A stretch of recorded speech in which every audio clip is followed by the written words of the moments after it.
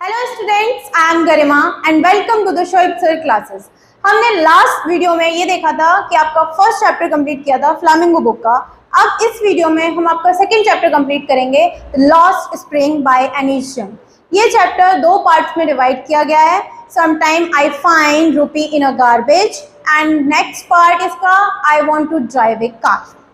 सो first part, दोनों ही part एक दूसरे से इंटर रिलेटेड हैं, दोनों के ही थीम सेम है बट इनके कैरेक्टर्स बिल्कुल अलग हैं।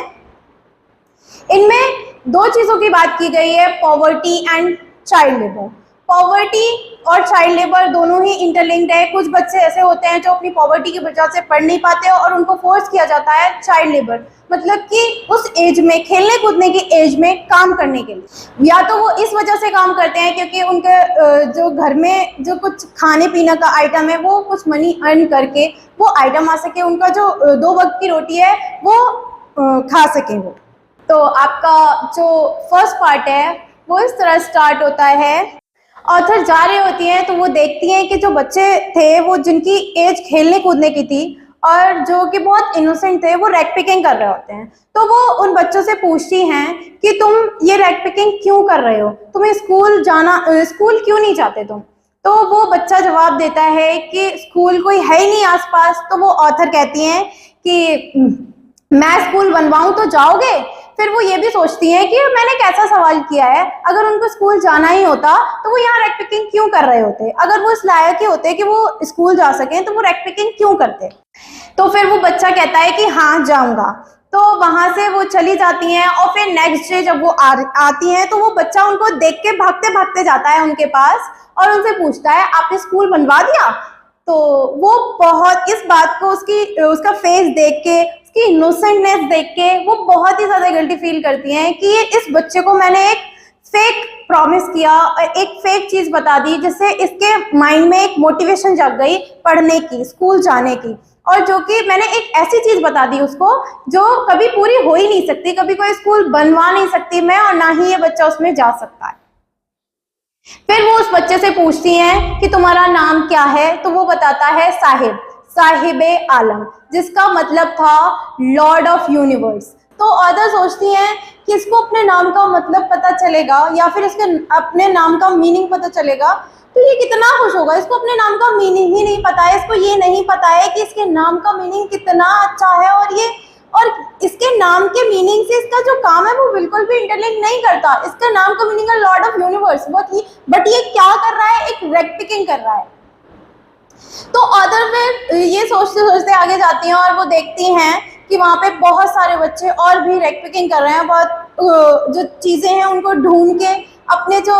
रैक पिकिंग बैग होता है, गार्बेज बैग जिसे कहते हैं, वो उसमें रख रहे हैं। और वो उन बच्चों और वो उनको देखते हुए ये नोटिस भी करती हैं कि उन बच्चों ने पैरों में कुछ पहना नहीं होता। तो उनमें से एक बच्चे को वो बुलाती हैं और पूछती हैं कि तुमने पैरों में चप्पल क्यों नहीं पहने है या फिर तुमने पैरों में शूज क्यों नहीं पहना है। तो वो बच्चा बहुत ही इनोसेंटली, बहुत ही प्यार से जवाब देता है कि मेरी मम्मी ने मेरे को चप्पल ला के नहीं दी है क्योंकि मैं अपने पैरों में वेयर कर सकूं या फिर पहन सकूं। तो उसमें से जो दूसरा बच्चा आता है वो कहता है कि अगर हमारी मदर हमें लाके भी दे देती तो भी हम नहीं पहनते, बिकॉज ये ट्रेडिशन है बेयरफुट रहने का, मतलब ये एक परंपरा है बिना चप्पल के रहने की हमारे यहाँ पे। तो फिर वो ये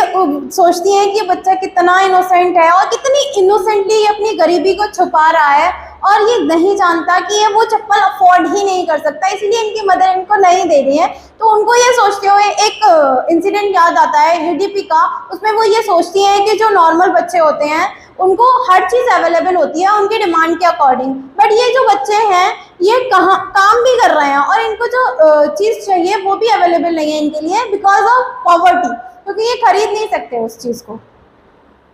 फिर वो बताती हैं कि ये लोग पहले ढाका में रहते थे, जिसके कारण जहाँ की जो ग्रीन फील्ड थी वहाँ की डिस्ट्रॉय हो चुकी थी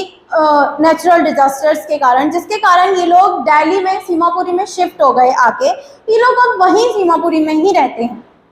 जब वो सीमापुरी में रहते थे तो उनके पास कोई आईडी प्रूफ तो था नहीं या फिर कोई वोटर कार्ड तो था नहीं, उनके पास सिर्फ आईडी के तौर पे एक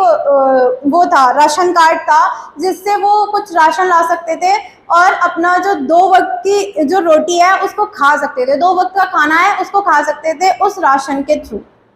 फिर ऑथर बताती हैं कि गार्बेज का मतलब बच्चों के लिए जो रैक पिकिंग करते हैं और उनके पेरेंट्स के लिए अलग अलग है। बच्चों के लिए उस गार्बेज का मतलब एक वंडर टाइप का है, जिससे उन्हें कोई गार्बेज में कोई अच्छी चीज़ मिलती है, जैसे कि कोई रुपी या फिर कोई नोट मिल जाता है, तो उनके अंदर एक मोटिवेशन जाग जाता है उस चीज़ को करने का। वो मोटिवेट हो जाते हैं उस चीज़ को करने के, अरे और ढूंढो और चीज़ मिलेंगी, और कोई अच्छे शूज़ या फिर कोई ऐसी चीज़ें जिन्हें वो रीसेल करके कुछ मनी ला सकें, उनके लिए एक वंडर टाइप का मीनिंग होता है इस गार्बेज का। लेकिन पेरेंट्स के लिए उसी गार्बेज का मीनिंग होता है इनकम, लाइफ टू सर्वाइव, कुछ खा पी के वो उस 2 वक्त की रोजी रोटी के लिए कुछ कमा के अपनी लाइफ को सर्वाइव कर सकें। ऑथर बताती हैं कि कुछ टाइम बाद जब वो वहाँ से जा रही होती हैं तो फिर वो देखती हैं कि जो साहिब था वो एक टी स्टॉल पे काम कर रहा था। कुछ टाइम पहले जब उसके हाथ में एक गार्बेज बैग हुआ करता था और वो रैक पिकिंग करता था, उस काम को उसने छोड़ दिया था और वो एक टी स्टॉल पे काम करता था। लेकिन जब वो अपनी मर्जी का मालिक था तो वो बहुत ही अपनी मर्जी से काम करता था, वो खेलता भी था, अपनी मर्जी से काम भी करता था। बट अब जब वो काम करता है तो वो किसी के अंडर काम करता है, जिसकी जो उसकी जो फ्रीडम है उससे छीन ली गई है। अब वो खेल कूद नहीं सकता और वो जितना टाइम उस टी स्टॉल के मालिक ने दिया हुआ था उसे, उतने टाइम के लिए उसे वर्क करना पड़ता था, 10 to 12 आवर्स उस टी स्टॉल पे। बट जब वो पहले रैक पिकिंग करता था तो खेलता भी था बच्चों के साथ, और भी बच्चे थे, वो उसको एक चाइल्डहुड एज में जो काम उसको करना चाहिए था वो काम करता था और वो मनी भी अर्न कर रहा था उस रैक पिकिंग के थ्रू। बट जब एनी ऑथर उसको देखती हैं तो वो बहुत ही बुरा फील करती हैं कि इसके फेस पे जो एक खेलने का और एक इंटरेस्ट था उस काम को करने का, वो इंटरेस्ट इसके फेस से जा चुका है और वो जो चाइल्डहुडनेस थी इसके फेस पे, बहुत ही इनोसेंट दिखता था, वो जा चुका है। और वो जो बिल्कुल भी जो साहिब था वो बहुत सीरियस रहने लगा था। इस बात को देख के इसको देख के जो ऑथर थी वो बहुत ही बुरा फील कर रही थी, बहुत ही ज़्यादा ये सोच रही थी कि इन बच्चों से इनका फ्रीडम छीन लिया जाता है सिर्फ इसलिए कि घर में कुछ पैसे आ सकें, कुछ मनी अर्न कर सकें, ताकि ये जो घर का जो खर्चा है, 2 वक्त की रोटी है, वो खा सकें बहुत ही अच्छे से। तो ऑथर जो थी वो उसको देख के बहुत ज़्यादा सैड थी और बहुत ज़्यादा बुरा फील कर रही थी इस बात को लेके कि उससे जो उसकी आज़ादी थी वो छीन ली गई थी, उसका जो बचपन था उससे वो छीन लिया गया था। जब वो रैक पिकिंग करता था तो वो बहुत खेलता कूदता था और उसके बाद जब वो किसी टी स्टॉल पे काम करने लगा था तो उसकी एक ड्यूटी बन गई थी कि उसको इतना काम करना ही करना है, जिसको उसको मंथली 800 रुपये पे होते थे, उसको एक इनकम मिलती थी। यहाँ पे जो साहिब की स्टोरी थी वो ख़त्म होती है और हम अब आगे स्टार्ट करेंगे इसका नेक्स्ट पार्ट। तो इस चैप्टर का second part, I want to drive a car, जो कि एक मुकेश की स्टोरी है जो एक मोटर मैकेनिक बनना चाहता है, बट उसकी फैमिली है वो उसको बैंगल मेकिंग का काम करवाना चाहती हैं। वो फिरोज़ाबाद के रहने वाले हैं और वहाँ का जो काम है वो सिर्फ बैंगल मेकिंग का ही काम है, वो लोग और कोई काम नहीं करते, वो जनरेशन टू जनरेशन यही काम करते आए हैं। और वहाँ के जो बैंगल मेकिंग करने का जो काम है, उनकी जो बैंगल मेकिंग का काम करते हैं, उनकी जो आइज़ हैं वो एक डार्कनेस में रह गई हैं और उनकी जो आई साइड है वो वीक हो चुकी है, जो कि लाइटनिंग में इतना काम नहीं कर पाती है। उनकी जो आइज़ हैं वो लाइट में इतना अच्छे से नहीं वर्क कर पाती हैं जो कि डार्कनेस में करती हैं। तो ये स्टोरी कुछ इस तरह है कि ऑथर बताती हैं और मुकेश से वो ये पूछती हैं कि तुम मोटर मैकेनिक बनना चाहते हो तो क्या तुम्हें पता है कार्स के बारे में, क्या तुम जानते हो कार चलाना? तो वो जो मुकेश है वो बताता है कि नहीं, मैं जानता नहीं हूँ, पर मैं जान लूँगा। जब मैं बड़ा हो जाऊँगा और मैं ये काम सीख जाऊँगा तो मैं एक बड़े से गैरेज में काम करूँगा और कार्स के बारे में भी जान लूँगा, कार चलाना भी सीख लूँगा।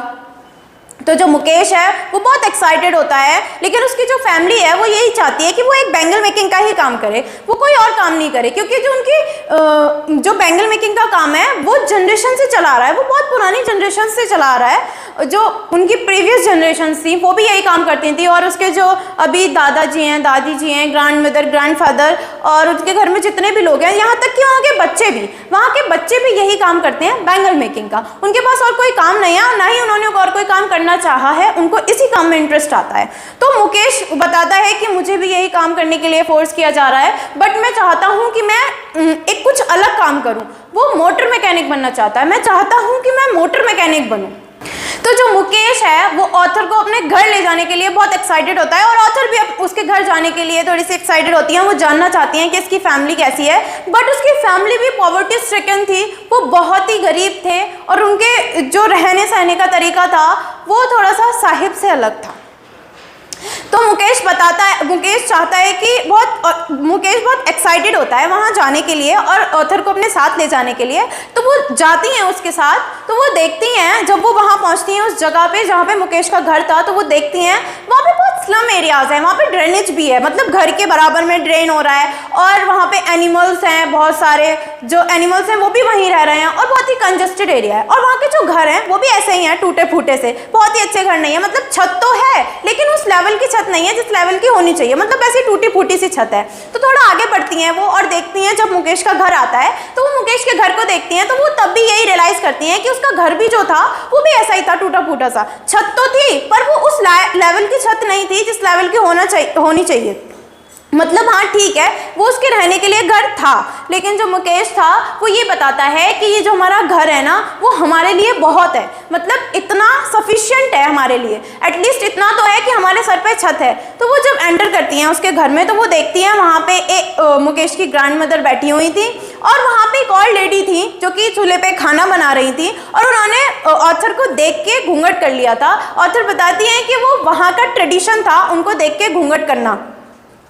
मतलब वहाँ का ट्रेडिशन इसलिए था कि कोई भी नया पर्सन जब घर में आए, स्पेशली मैन या फिर कोई मेल अगर घर में आए, तो उसको देख के उनको घूंघट करना है। तो वो ऑथर और कुछ नोटिस करती हैं उस घर में, जो कि उनकी जो मुकेश की ग्रैंड मदर थी वो देखती हैं उनको कि वो बहुत खुश हैं, वो जो बैंगल मेकिंग का काम है उसको करने में बहुत खुश हैं, और वो बताती भी हैं कि मैं इस काम को हमेशा से करती आई हूँ, और मैं चाहती भी हूँ कि जो ये मुकेश है और वो छोटी बच्ची है वो भी यही काम करे, और वो चाहती हैं कि जो मुकेश है वो भी यही काम करे मोटर मैकेनिक बनने के बजाय। और वो पूछती भी हैं कि आप इस घर में ऐसे कैसे रह लेते हैं, तो वो बताती हैं कि हम इस घर से बहुत खुश हैं, हमें एटलीस्ट ये तो है कि हमारे सर पे जो छत है कभी हमें बारिश धूप इन सब से तो बचाती है, एटलीस्ट हमें जब बारिश होती है तो हम कम से कम भीगते तो नहीं है, एटलीस्ट हमारे जितना भी है हमारा घर जैसा भी है वो हमारे लिए काफ़ी है, हम नहीं चाहते और ज़्यादा बने। तो ऑथर सोचती हैं कि ये लोग सिर्फ एक बैंगल मेकिंग का काम करने में ही इंटरेस्टेड हैं, और ये उसी में बंध के रह गए हैं, ये नहीं चाहते और कुछ करना, ये नहीं चाहते और आगे बढ़ना, और जो आगे वाली जनरेशन है ये उससे भी वही काम कराना चाहते हैं जो कि इन्होंने काम किया है, वो बैंगल मेकिंग का। तो ऑथर और कुछ नोटिस करती हैं, तो वहाँ पे एक छोटी सी बच्ची थी वो उसको नोटिस करती हैं, तो वो भी इन सब चीज़ों पे बहुत ध्यान दे रही थी, बैंगल मेकिंग के काम पे और वो जो घर थे उन पे, बैंगल्स पे। तो ऑथर जो है वो सोचती हैं कि अब बच्ची है, जब ये बड़ी होगी तो इसके लिए बैंगल्स का मतलब कुछ अलग ही होगा, इसके लिए उन बैंगल्स का मतलब इसकी जो मैरिड लाइफ है उसको शो करेगा, उसको स्पेसिफाई करेगा ये बैंगल्स। तो वो बताती हैं कि जब ये बड़ी हो जाएगी और ये इन बैंगल्स को पहनेगी तो वो उसकी मैरिड को स्पेसिफाई करेंगे कि ये एक मैरिड है। तो इसको अभी ये बात नहीं पता है, ये इतनी छोटी है, इतनी मासूम है कि ये नहीं जानती है कि इसके लिए बैंगल्स का मतलब कितना बदलने वाला है आने वाले टाइम में। उस घर के जो मतलब जो ग्रैंड मदर थी, उनके जो हस्बैंड थे, उनसे पूछती भी हैं कि आप लोग ये काम क्यों करना चाहते हो और आप आने वाली जनरेशन से ये काम क्यों करवाना चाहते हो। तो वो कहते हैं कि हम भी ये काम करते आए हैं हमेशा से, और हम इसी काम से वाकिफ़ हैं, मतलब हमें यही काम करना आता है और हम यही काम करना चाहते हैं, हम और कोई काम नहीं कर सकते, हमसे अगर करवाया भी जाएगा हम वो भी काम नहीं करेंगे। तो ऑथर बताती हैं कि आप लोग एक ऑर्गेनाइजेशन से जुड़िए या फिर कोऑपरेटिव फाइनेंस से जुड़िए, आपको जो कुछ है वो आपकी लाइफ चेंज होगी उससे। तो वो बताते हैं कि आप जो ये पॉलिटिशियंस हैं, जो पुलिस है, जो गवर्नमेंट है, वो हमें नहीं जुड़ने देगी, वो हमें नहीं करने देगी कुछ, क्योंकि हम कुछ करना भी चाहें ना तो वो हमें भगा देते हैं। तो ऑथर्स कहीं ना कहीं ये भी सोच रही होती हैं कि इनको कोई लीड करने वाला नहीं है, इनका कोई लीडर नहीं है, अगर इनको कोई लीड करे तो ये कुछ अच्छा कर सकते हैं। इस जो बैंगल मेकिंग का काम है और जो आने वाली जनरेशन का ड्रीम है, जो वो कुछ करना चाहते हैं, उसको नहीं रोकेंगे और इस बैंगल मेकिंग के काम से कुछ अलग हटके करेंगे, ताकि इनके अपनी लाइफ पे भी कोई इफेक्ट ना हो, इनकी आइज को इफेक्ट ना हो। और वो बताते हैं कि उन्होंने कभी भी एक दिन में 3 मील्स खाना नहीं खाया, मतलब एक दिन का पूरा खाना नहीं खाया। वो इतने पॉवर्टी स्ट्रिकन थे कि वो एक दिन का पूरा खाना नहीं खा पाते थे, उनके पास इतना खाना ही नहीं होता था कि वो एक दिन में पूरा खाना खा सकें, 3 मील्स खाना खा सकें। तो जब वो मुकेश को देखती हैं तो वो ये सोचती हैं कि ये मोटर मैकेनिक बनना चाहता है, तो ये बनेगा कैसे जब ये इतने पॉवर्टी स्ट्रिकन है। तो वो ये मुकेश का कॉन्फिडेंस जो था वो बहुत ज़्यादा था, वो इस काम से बिल्कुल भी वाकिफ नहीं था, बैंगल मेकिंग के काम से, और वो चाहता भी नहीं था ये काम करना। वो चाहता था कि वो मोटर मैकेनिक बने और उसको लेके वो बहुत कॉन्फिडेंसली बता रहा था कि मैं मोटर मैकेनिक ही बनूंगा, मैं ये काम नहीं करूंगा, मुझसे ये काम होगा भी नहीं, मैं ये काम करना भी नहीं चाहता हूँ। तो ऑथर पूछती है कि जब तुम्हारी फैमिली नहीं चाहती है तो तुम ये काम कैसे करोगे। तो वो बताता है कि मेरी फैमिली नहीं चाहती है, मैं अपनी फैमिली को भी बनाऊंगा, मैं यही करूंगा, मैं मोटर मैकेनिक बनूंगा और एक बड़े से गैरेज में काम करूंगा, यही मेरा ड्रीम है। मैं ये बैंगल मेकिंग का काम नहीं सीखना चाहता हूँ और ना ही मुझे करना है। तो ऑथर वो सब नोटिस करती हैं और फिर दोनों ही स्टोरीज को कंपैरिजन करती हैं कि जो दोनों बच्चे थे, साहिब और मुकेश, वो दोनों ही एक दूसरे से बिल्कुल ही अलग थे। बात तो एक ही टॉपिक पे हो रही थी जो कि पॉवर्टी था और चाइल्डहुड जो लेबर थी उसे काम करवाया जा रहा था, लेकिन जो ये दोनों थे, साहिब और मुकेश, ये दोनों बिल्कुल ही अलग थे। जो साहिब था वो सिर्फ खेल कूद और जो रैक पिकिंग का काम था उसी में खुश रहता था, लेकिन जो ये मुकेश था ये कुछ अलग करना चाहता था। ये अपनी फैमिली के काम से बिल्कुल भी इंटरेस्ट नहीं लेता था, वो बैंगल मेकिंग के काम में बिल्कुल भी इंटरेस्ट नहीं लेता था, ये मोटर मैकेनिक बनना चाहता था। और इसी तरह आपकी स्टोरी खत्म होती है the last spring. I hope आपको इसके दोनों पार्ट समझ में आए होंगे, और अगर वीडियो अच्छी लगी तो चैनल को सब्सक्राइब करें एंड वीडियो को लाइक करें और अपने फ्रेंड्स के साथ शेयर करें। Thank you.